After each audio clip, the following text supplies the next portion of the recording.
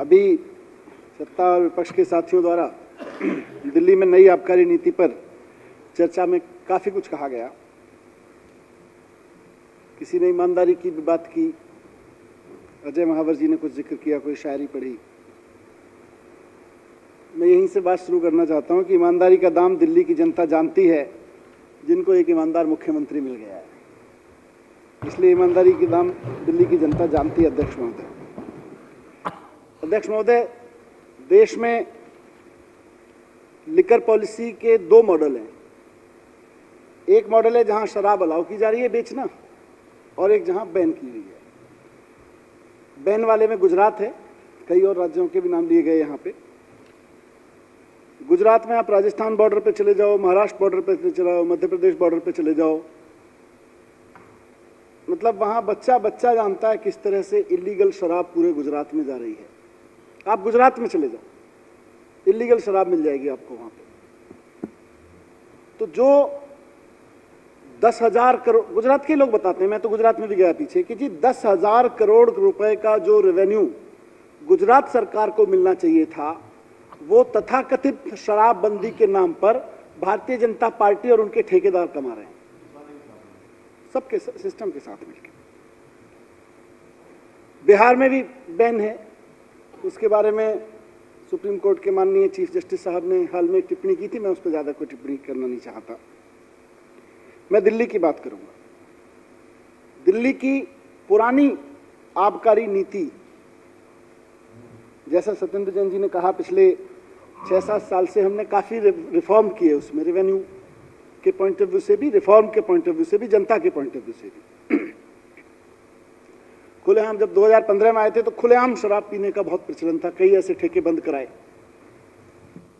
और साथ साथ बड़े स्तर पर अभियान चलाया गया, पूरे के पूरे अपने एनफोर्समेंट डिपार्टमेंट को झोंक के कि कोई भी खड़ा हुआ शराब पीता हुआ मिले, पकड़ लो उसको, उठा लो उसको वहां से। कारों में, झुग्गियों में, पार्कों में, इधर उधर जहां जहां जो शराब पीते मिलता था, ओपन लिकर कंजम्पशन, खूब जबरदस्त तरीके से माहौल बना के चलाया गया। उसका एक छोटा सा एक उदाहरण एक बार मिला मुझे।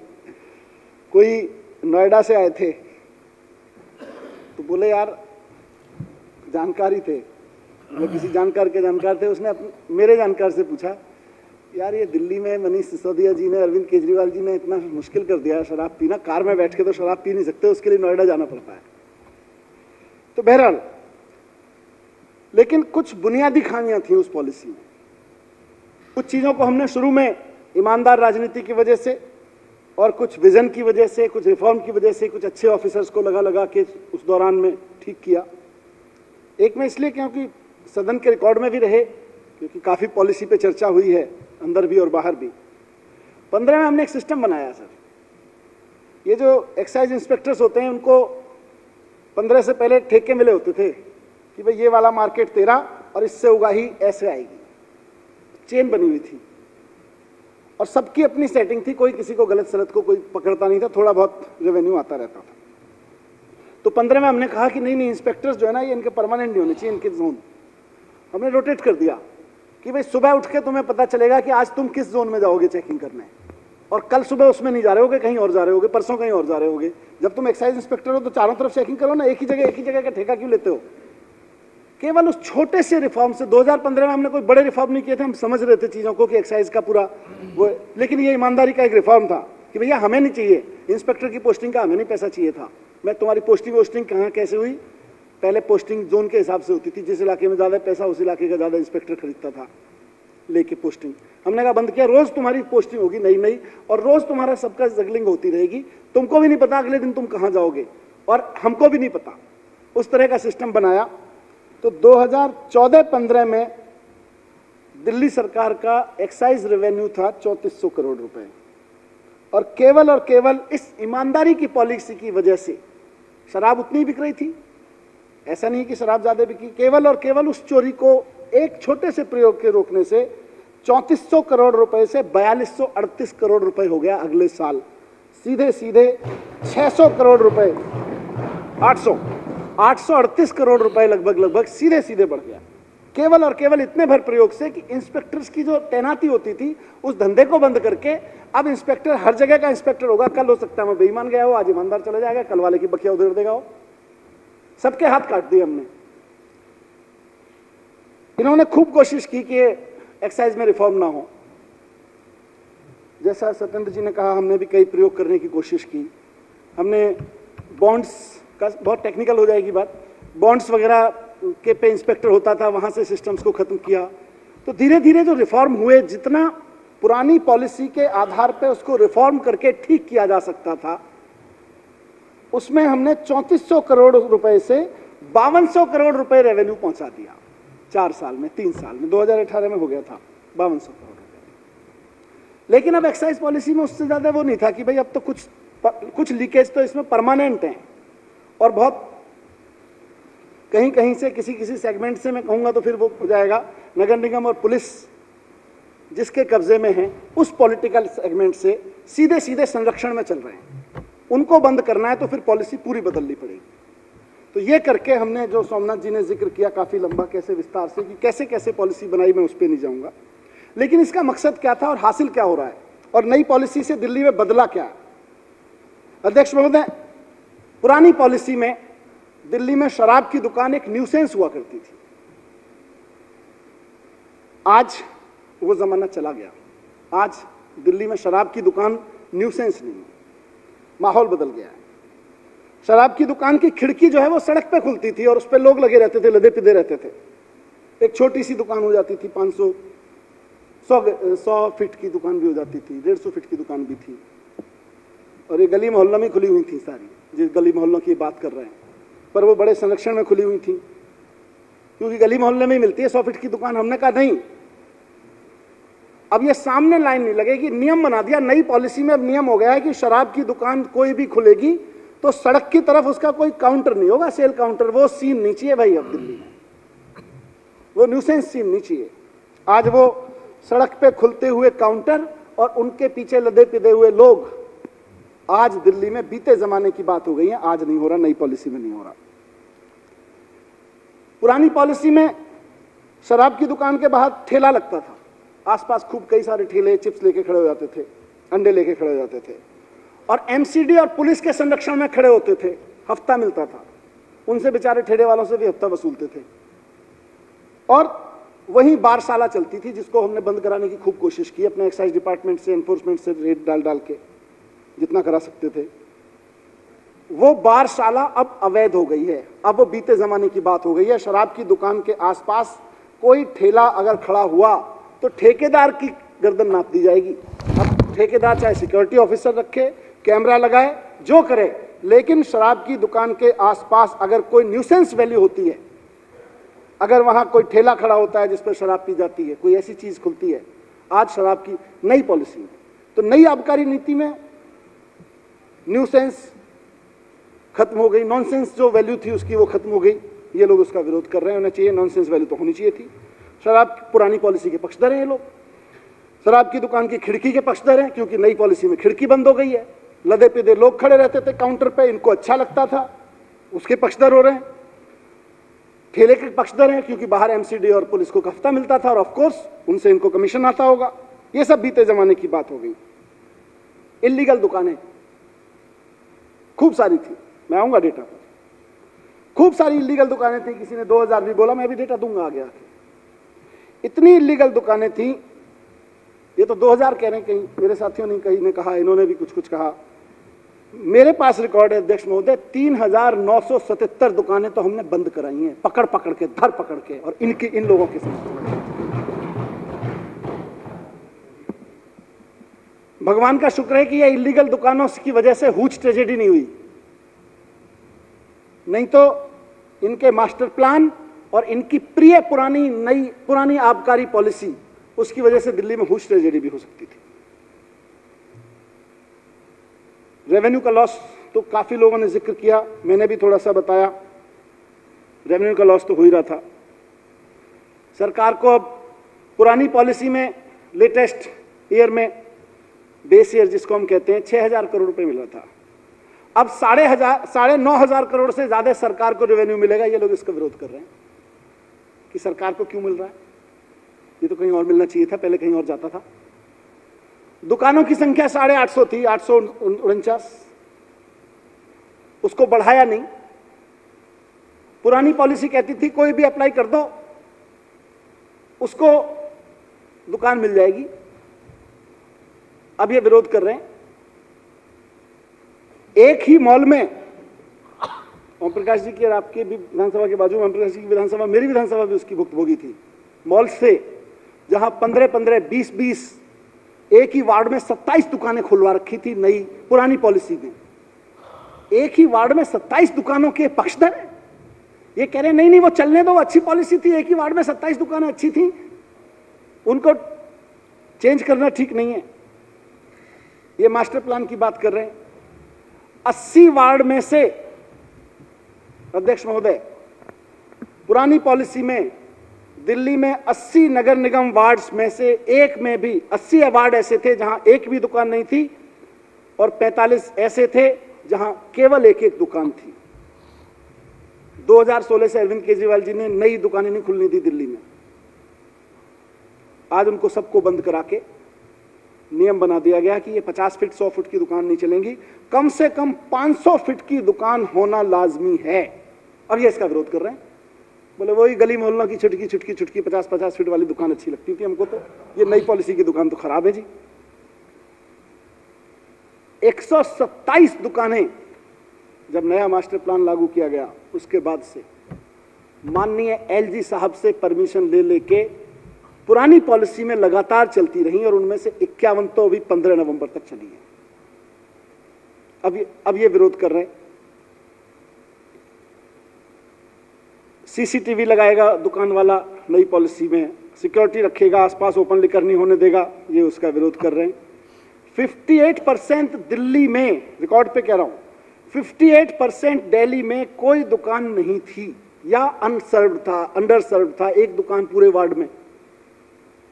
45 वार्ड में 45 वार्ड, उसके कंट्राडिक्शन में 45 वार्ड ऐसे थे दिल्ली में पुरानी पॉलिसी में जिसके मोहब्बत में ये मरे जा रहे हैं।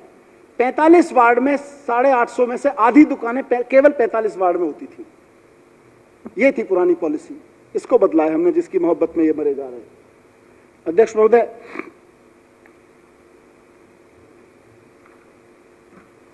नई नीति का भारतीय जनता पार्टी विरोध कर रही है, कसम राम की खा रही है, हम तो विरोध करेंगे। किस सरकार की नीति का विरोध कर रही है?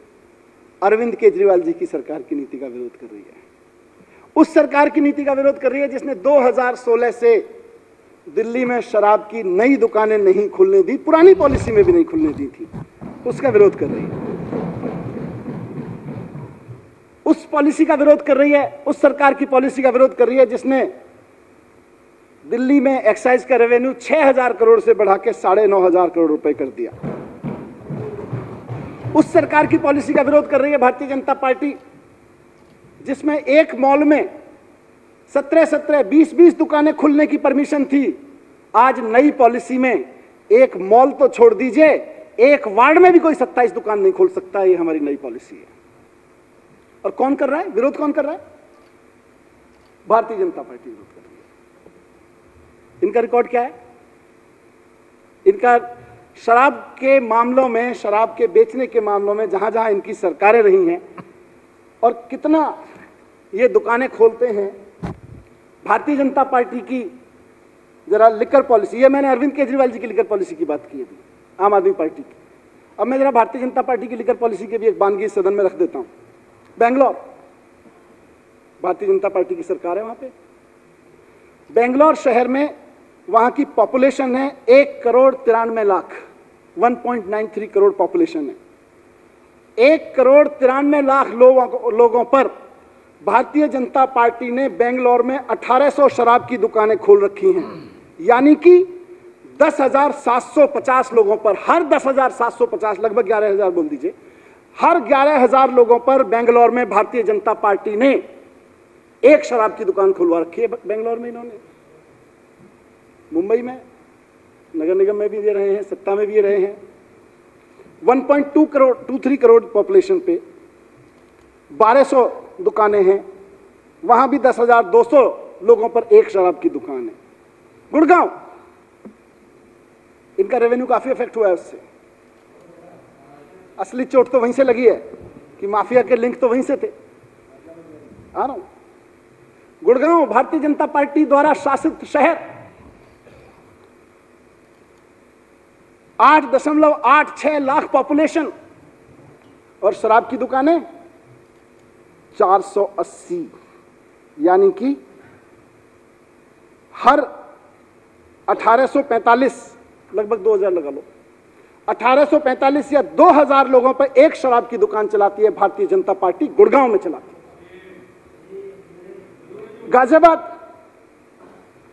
गाजियाबाद की पॉपुलेशन सब नया पुराना सब लगा के 28 लाख, लिबरल कैलकुलेशन की है मैंने, कोई टाइट करके नहीं की, 28,67,000 पॉपुलेशन गाजियाबाद, और शराब की दुकानें 950,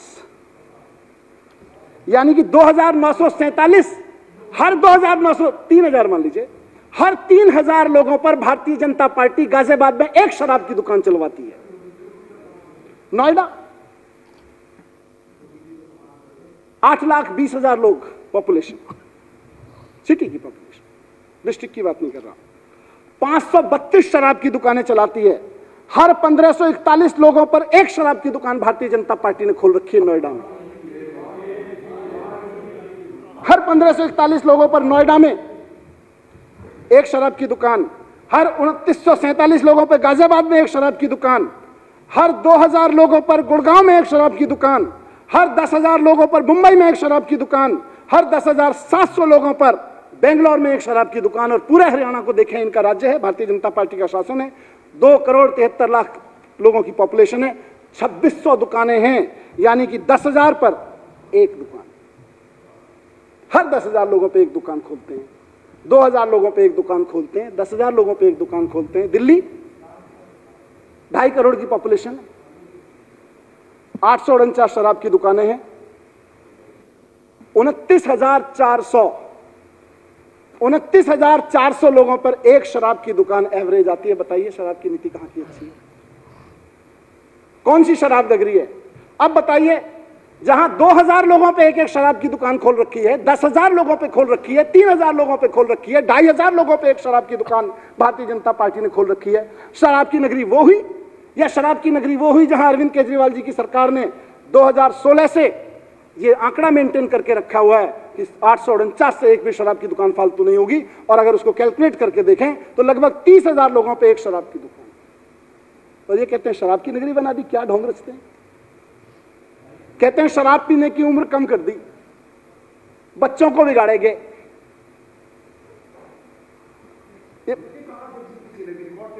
आपकी तरफ से खूब विरोध हुआ है, आपके नेताओं की तरफ से खूब विरोध हुआ है, मैं सड़क पर, संसद पे सबके जवाब दे रहा हूं। आपके साथी लगातार बोलते रहे, मैं दे दूंगा आपको। हाउस में भी बोलोगे और बाहर झूठ बोलोगे, हाउस में कुछ बोलोगे और बाहर कुछ बोलोगे। जवाब सुनिए। अध्यक्ष महोदय, शराब पीने की उम्र, अध्यक्ष महोदय, शराब पीने की उम्र पूरा बोल रहे हो।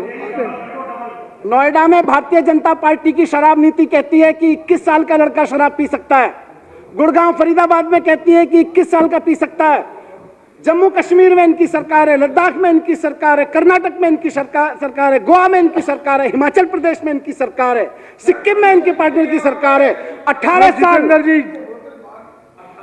साल उम्र कर रखी है इन लोगों ने शराब पीने की। त्रिपुरा, झारखंड, महाराष्ट्र, उड़ीसा, राजस्थान, यूपी में, तेलंगाना, वेस्ट बंगाल, मध्य प्रदेश और हरियाणा की मैंने बात की, जहां इनकी भी है और कई लोगों की भी है, 21 साल कर रखी है। अध्यक्ष महोदय, क्यों इसका विरोध हुआ? खूब किया, बाहर किया खड़े होकर। क्यों किया? क्योंकि 21 साल, वहां जब यंग लड़का लड़की कोई शराब पीने जाता है, वहां कोई रेस्टोरेंट में जाता है, अगर उसके सामने शराब का गिलास रखा हुआ है, बियर रखी हुई है, वाइन रखी हुई है, तो सबसे पहले इनकी पुलिस पहुंचती है, आई कार्ड दिखाओ। फिर उस रेस्टोरेंट वाले से पैसा मांगते, तुम्हारे यहाँ ये चल रहा है। उन सब के हिसाब से हफ्ता बांध रखा है। नोएडा में 21 साल का पी सकता है, यहां पिएगा तो पुलिस पकड़ के ले जाएगी। नोएडा का रेस्टोरेंट 21 साल को सर्व कर सकता है, यहां सर्व करेगा तो रेस्टोरेंट को पुलिस सील करवा देगी। ये दो मुहापन इन लोगों ने अध्यक्ष महोदय रखा। क्यों विरोध कर रहे हैं? मैं बता रहा हूं क्यों विरोध कर रहे हैं। क्योंकि दिल्ली में, अब सुन तो लो जवाब।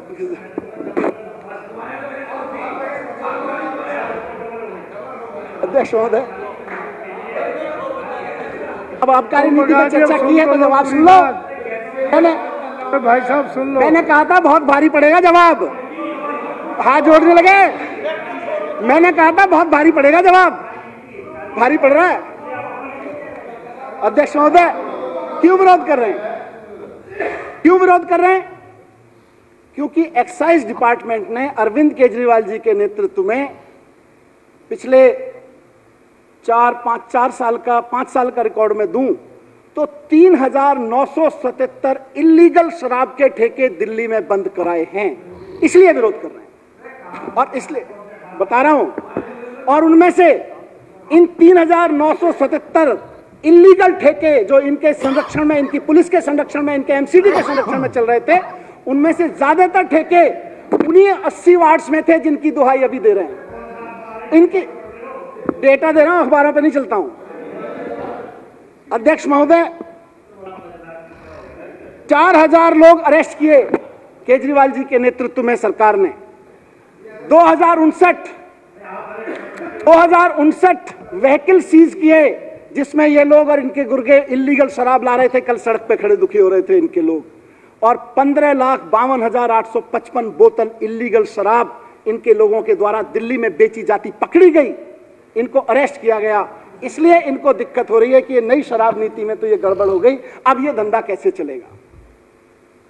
अधिकतर रेट्स उन्हीं लगभग 50% वार्ड जिन्होंने इनको, जिसमें इन्होंने कभी मास्टर प्लान के नाम पे आया, मास्टर प्लान पे भी, और कभी किसी नाम पे दुकानें नहीं खोलने दी, उसके नाम पे इलीगल शराब वहां बिक रही थी क्योंकि इनके संरक्षण में थी। सरकारी शराब के ठेके, मतलब सरकार द्वारा मान्यता प्राप्त सरकार शराब की दुकान वहां नहीं हो सकती क्योंकि उससे सरकार को टैक्स जाता है। इलीगल वाली का टैक्स इनको जाता है। आपके कितने बता दो। अध्यक्ष महोदय, मैं एक छोटा सा और उदाहरण दे देता हूं क्योंकि कई बार समझ में नहीं। दिल्ली के लिए बदला क्या नई पॉलिसी में? एक शराब की बोतल मान लो मैन्युफैक्चरर के यहां से, जहां से फैक्ट्री से बनती है, 100 रुपए की आती है मान लीजिए। तो पिछली पॉलिसी में उस पर यहां आके 300 रुपए टैक्स लगता था, तो वो सपोज 400 रुपए की बोतल एक ग्राहक को मिलती थी। तो ये जो 300 रुपए सरकार का टैक्स था, सारी लड़ाई लीगल और इलीगल में इसमें है कि अगर वो इनके द्वारा संरक्षित ठेकों से बिकती है तो 300 रुपए जाता है इनको, और सरकार के द्वारा चलाए जा रहे ठेकों से, सरकार के द्वारा मान्यता प्राप्त ठेकों से बिकती है तो सरकार को रेवेन्यू आता है वो 300 रुपए। सारी लड़ाई 300 रुपए पर बॉटल एवरेज, जो मैं आपको एक रफ फिगर दी, उसकी चोरी की थी। दिल्ली सरकार ने अब ये नीति बदल दी। दिल्ली सरकार ने लाइसेंस लेने वालों से कहा कि भैया हमें नहीं पता, आपने हमको इतना इतना पैसा दिया, इतना इतना दिया, अब हमें लाइसेंस फीस नहीं दे दो तुम। ये चोरी चकारी का धंधा छोड़ो, हम 300 रुपए की तुम्हारे पीछे, अपने मदन लाल जी ने सही याद दिलाया, विनोद कुमार जी जिनकी डेथ हुई, कितने लोगों की रिस्क और हुज ट्रेजेडी हो जाएगी दिल्ली में। इलीगल धंधा चलता रहेगा। शराब के व्यापारियों को भी पता था कि दिल्ली में कितनी शराब वो सप्लाई करते हैं इलीगली। जब उनको सरकार ने ये कहा तो लीगल तरीके से चलाने की बात कही तो उन्होंने खुद 9,500 करोड़ रुपए का रेवेन्यू देना सरकार को स्वीकार किया, क्योंकि उनको यह पता था कि अब इनको नहीं देना पड़ेगा। उनको यह पता था, इसलिए इनके पेट में दर्द हो रहा है, इसलिए बौखला गए। कल इन्होंने अपने कमीशन को बचाने के लिए सड़क पे भी खूब तांडव किया। कल अपने हिस्से का कमीशन बचाने के लिए अब इनको बौखलाहट है कि वो कमीशन कैसे बचा के रखा जाए जो शराब माफिया से मिलता था। 2 घंटे 3 घंटे इन्होंने सड़क पे लोगों को दुखी रखा। इनको चिंता दिल्ली वालों की नहीं है अध्यक्ष महोदय, अभी कह रहे थे हमें दिल्ली की चिंता है, इनको चिंता कमीशन की है। ये अभी मास्टर प्लान की बात कर रहे थे अध्यक्ष महोदय, अभी मास्टर प्लान की बात कर रहे थे। दिल्ली के 2.5 करोड़ लोगों के साथ ये जो so called Delhi master plan है, इससे बड़ी गद्दारी कुछ नहीं हो सकती। क्यों? क्योंकि इन्होंने खुद माना अभी कि ऑलमोस्ट 50% दिल्ली लोग तो वहां रह रहे हैं, लोग शॉपिंग भी कर रहे हैं, कुछ कंज्यूम भी कर रहे हैं, कुछ खा पी भी रहे हैं, रेस्टोरेंट में भी जा रहे हैं, दुकानों पे भी जा रहे हैं नॉर्मली, लेकिन उनके यहां खुली हुई दुकानों को इन्होंने इलीगल घोषित कर रखा है अपने मास्टर प्लान में। इन्होंने जानबूझ के मास्टर प्लान ऐसा बनाया कि आधी दिल्ली अवैध मार्केट कहलाए। यह मास्टर प्लान नहीं है अध्यक्ष महोदय। मैं आज तक इसको, आज मैंने अपने आप को और करेक्ट किया यहां से सुन के वक्तव्य, मैं हमेशा इसको कहता था ये डिजास्टर प्लान है। 100 वार्ड ऐसे हैं जहां पे कोई भी काम दिल्ली में, 80 वार्ड ये जिनको ये टोटली जीरो कमर्शियल एरिया, बात शराब की दुकान की छोड़ दीजिए एक बार को, जीरो कमर्शियल एरिया है 80 वार्ड्स में दिल्ली में। शर्म आनी चाहिए उन लोगों को जिनको दिल्ली का मास्टर प्लान बनाने की जिम्मेदारी दी गई थी। उन्होंने 80 वार्ड्स ऐसे छोड़ रखे हैं जहां जीरो कमर्शियल एरिया है। 100 वार्ड्स 80 के साथ साथ 100 वार्ड्स करीब ऐसे छोड़ रखे हैं जहां पे बामुश्किल कोई कोना इन्होंने, कोई छोटा सा डीडीए मार्केट, कोई छोटी सी सड़क इन्होंने लीगल घोषित कर रखी है, लीगल घोषित की है, बाकी सारा का सारा इलीगल है। तो 180 वार्ड्स में अगर किसी को रेस्टोरेंट खोलना हो, किसी को कोई मोटरसाइकिल की रिपेयर की दुकान, कोई कार की रिपेयर की दुकान खोलनी हो, किसी तरह का कोई और कंसल्टेंसी का बिजनेस खोलना हो, कोई स्टार्टअप खोलना हो, स्टार्टअप चिल्लाते हैं बहुत, लेकिन आधी दिल्ली में इन्होंने स्टार्टअप खोलने को, किसी का बिजनेस खोलने को इलीगल घोषित कर रखा है। इसको ये मास्टर प्लान कहते हैं। आज मेरे को समझ में आया ये दिल्ली मास्टर प्लान नहीं है, एक्चुअली ये कमीशन मास्टर प्लान था इनका, क्योंकि कमीशन मिलता है। ये दिल्ली डीडीए का सबसे बड़ा फेलियर है कि 21वीं सदी में भारत की राजधानी को एक ठीक से मार्केट नहीं दे पाए, वहां मार्केट डेवलप नहीं कर पाए। तो दिल्ली डेवलपमेंट अथॉरिटी क्यों कहते हैं उसको? दिल्ली को बर्बाद करने वाली अथॉरिटी बोलने शुरू कर दो। अगर आधी दिल्ली के लोगों को अपनी शॉपिंग, चाहे वो ग्रोसरी मार्केट हो, चाहे परिवार की और शॉपिंग हो, चाहे छोटा मोटा मैकेनिक की कोई स्टार्टअप लगाना हो, इलीगल मार्केट पे इनके द्वारा डिक्लेयर इलीगल मार्केट में चलानी पड़ती है, तो ये फेलियर आपका है। इससे बड़ा डिजास्टर क्या होगा कि एमसीडी का कमीशन और पुलिस की हफ्ता वसूली के चक्कर में आपने आधी दिल्ली को इलीगल घोषित कर रखा है और आप बात करते हो मास्टर प्लान की। मैं नेता प्रतिपक्ष से कहता हूं अध्यक्ष महोदय कि एक तो दिल्ली के बच्चों को, झुग्गी में रहने वाले बच्चों को, अनऑथराइज कॉलोनी में रहने वाले बच्चों को, ऐसी कॉलोनी में रहने वाले बच्चों को जो सो कॉल्ड आपके मास्टर प्लान में डिजास्टर का हिस्सा बन चुके हैं, वहां उनको इलीगल शराब माफिया से बचा लीजिए। बहुत अपराध करा लिया आप लोगों ने उनसे, अब सरकार वहां लीगल दुकान खोलेगी, आप वहां पे इलीगल धंधा बंद करवाइए अपना। ये मैं इनसे कहना चाहता हूं। और दूसरा, बड़े भावुक होकर शपथ खाई इन्होंने राम जी की। मैं कहता हूं विपक्ष में या दिल्ली वाला होने के नाते या भारतीय जनता पार्टी का नेता होने के नाते, एक कद्दावर नेता होने के नाते, अगर शपथ ही खानी है तो इस बात की खाइए ना कि मैं शपथ लेता हूं कि दिल्ली की एक एक कॉलोनी को, दिल्ली के एक एक वार्ड को लीगल मार्केट दिलवाऊंगा। वहां के लड़के लड़कियां कुछ बिजनेस करना चाहें, कोई दुकान खोलना चाहें, तो उनको मैं लीगल दुकानें दिलवाऊंगा। उसकी शपथ नहीं खाएंगे क्योंकि वहां से तो कमीशन बंद हो जाएगा। शपथ खाएंगे उस चीज की जिससे कमीशन बचा रहे। भगवान राम के नाम पे भी कमीशन खाने की शपथ खाते हो, शर्म आनी चाहिए। अध्यक्ष महोदय, मैं समझता हूं कि इनका भांडाफोड़ हो चुका है। दिल्ली की जनता में कहीं कोई प्रॉब्लम है, दिल्ली सरकार बहुत कंसर्न है, लेकिन जब तक अरविंद केजरीवाल जी की भारतीय जनता पार्टी के सामने सरकार है, ये अरविंद केजरीवाल जी की सरकार दिल्ली में किसी को भी, ये भारतीय जनता पार्टी के लोग हों या कांग्रेस के लोग हों, इनको नंबर 2 का शराब का धंधा नहीं चलाने देगी, उससे कमीशन नहीं खाने देगी।